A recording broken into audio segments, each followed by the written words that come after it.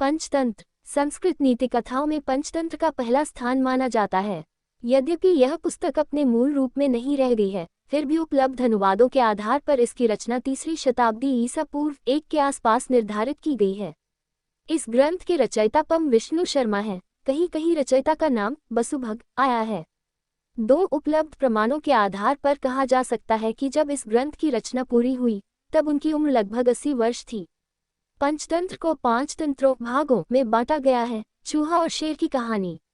मित्रभेद, मित्रों में मनमुटाव एवं अलगाव।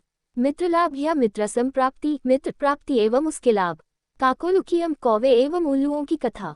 लब्ध प्रनाश इक्वल सर्वनाश की स्थिति आ जाने पर। अप्रीक्षित कारक, जिसको परखा नहीं गया हो उसे करने से पहले सावधान रहें, हड़बड़ी में कदम न उठाएं। मनोविज्ञान, व्यवहारिकता तथा राजकाज के सिद्धांतों से परिचित कराती ये कहानियां सभी विषयों को बड़े ही रोचक तरीके से सामने रखती है तथा साथ ही साथ एक सीख देने की कोशिश करती है। गीदड़ फिर से अपने मित्र शेर के पास आया और उसे गले लगाकर उसके लिए बड़ी महत्वाकांक्षा जताई। शेर भी अब उससे जल्दी से नहीं खाने का सामान लाने के लिए बोला। पंचतंत्र की कई कहानियों में मनुष्य पात्रों के अलावा कई बार पशु पक्षियों को भी कथा का पात्र बनाया गया है तथा उनसे कई शिक्षाप्रद बातें कहलवाने की कोशिश की गई है। पंचतंत्र की कहानियां बहुत जीवंत हैं। इनमें लोक व्यवहार को बहुत सरल तरीके से समझाया गया है। बहुत से लोग इस पुस्तक को नेतृत्व क्षमता विकसित करने का एक सशक्त माध्यम मानते हैं। इस पुस्तक की महत्ता इसी से प्रतिपादित होती है कि इसका अनुवाद विश्व की लगभग हर भाषा में हो चुका है। ये भारत का सर्वाधिक बार अनुदित साहित्यिक रचना है। 3 नीति कथाओं में पंचतंत्र का पहला स्थान है। पंचतंत्र ही हितोपदेश की रचना का आधार है। स्वयं नारायण पंडित जी ने स्वीकार किया है। पंचतंत्र का रचनाकाल संपादित करें। विभिन्न उपलब्ध अनुवादों के आधार पर इसकी रचना 3री शताब्दी के आसपास निर्धारित की जाती है। पंचतंत्र की रचना किस काल में हुई, ये निश्चित रूप से नहीं कहा जा सकता क्योंकि पंचतंत्र की मूल प्रति अभी तक उपलब्ध नहीं है।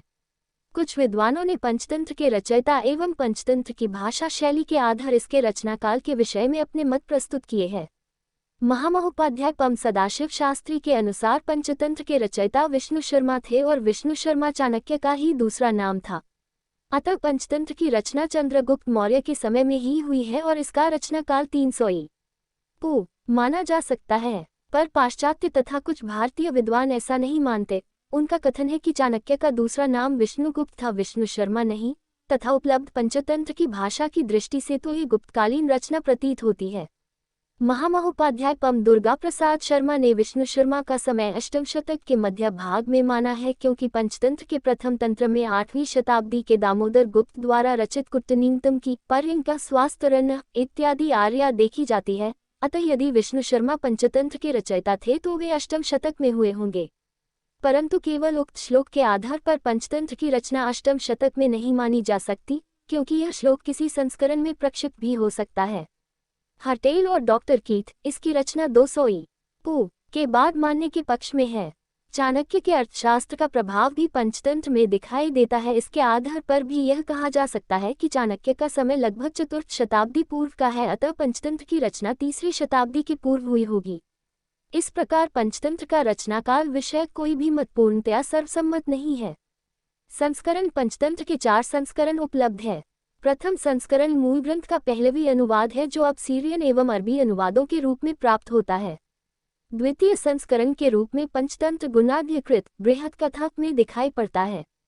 बृहत कथा की रचना पैशाची भाषा में हुई थी किंतु इसका मूल रूप नष्ट हो गया है और क्षेमेंद्रकृत बृहत कथा मंजरी तथा सोमदेव लिखित कथा सरितसागर उसी के अनुवाद हैं। तृतीय संस्करण में तंत्राख्यायिका एवं उससे संबद्ध जैन कथाओं का संग्रह है। तंत्राख्यायिका को सर्वाधिक प्राचीन माना जाता है। इसका मूल स्थान कश्मीर है। प्रसिद्ध जर्मन विद्वान डॉक्टर हर्टेल ने अत्यंत श्रम के साथ इसके प्रामाणिक संस्करण को खोज निकाला था। इनके अनुसार तंत्राख्यायिका या तंत्राख्या ही पंचतंत्र का मूल रूप है। यही आधुनिक युग का प्रचलित पंचतंत्र है। चतुर्थ संस्करण दक्षिणी पंचतंत्र का मूल रूप है तथा इसका प्रतिनिधित्व नेपाली पंचतंत्र एवं हितोपदेश करते हैं। इस प्रकार पंचतंत्र एक ग्रंथ न होकर एक विशाल साहित्य का प्रतिनिधि है। विश्व साहित्य में भी पंचतंत्र का महत्वपूर्ण स्थान है। इसका कई विदेशी भाषाओं में अनुवाद हो चुका है। इन अनुवादों में पहलवी भाषा का करत कदमनक नाम का अनुवाद ही सबसे प्राचीन अनुवाद माना जाता है। विंटरनिट्स के अनुसार जर्मन साहित्य पर पंचतंत्र का अधिक प्रभाव देखा जाता है। इसी प्रकार ग्रीक की ईस्ट की कहानियों का तथा अरब की अरेबियन नाइट्स आदि कथाओं का आधार पंचतंत्र ही है। ऐसा माना जाता है कि पंचतंत्र का लगभग 50 विविध भाषाओं में अब तक अनुवाद हो चुका है और इसके लगभग 200 संस्करण भी हो चुके हैं। यही इसकी लोकप्रियता का परिचायक है। हिंदी में इसका अनुवाद 1970 के आसपास आया और आते ही छा गया। पंचतंत्र का स्वरूप।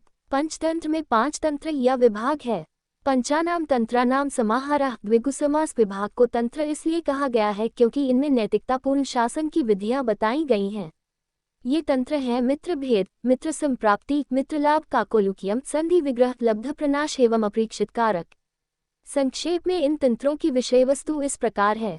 अग्रवाल ने लिखा है कि पंचतंत्र एक नीति शास्त्र या नीति ग्रंथ है। नीति का अर्थ जीवन में बुद्धिपूर्वक व्यवहार करना है, चतुरता और धूर्तता नहीं। नैतिक जीवन वह जीवन है जिसमें मनुष्य की समस्त शक्तियों और संभावनाओं का विकास हो, अर्थात एक ऐसे जीवन की प्राप्ति हो जिसमें आत्मरक्षा, धन समृद्धि, सत्कर्म, मित्रता एवं विद्या की प्राप्ति हो सके और इनका इस प्रकार समन्वय किया गया हो कि जिससे आनंद की प्राप्ति हो सके। इसी प्रकार के जीवन की प्राप्ति के लिए पंचतंत्र में चतुर एवं बुद्धिमान पशु पक्षियों के कार्य व्यापारों से संबद्ध कहानियां ग्रथित की गई हैं। पंचतंत्र की परंपरा के अनुसार भी इसकी रचना एक राजा के उन्मार्गगामी पुत्रों की शिक्षा के लिए की गई है और लेखक इसमें पूर्ण सफल रहा है।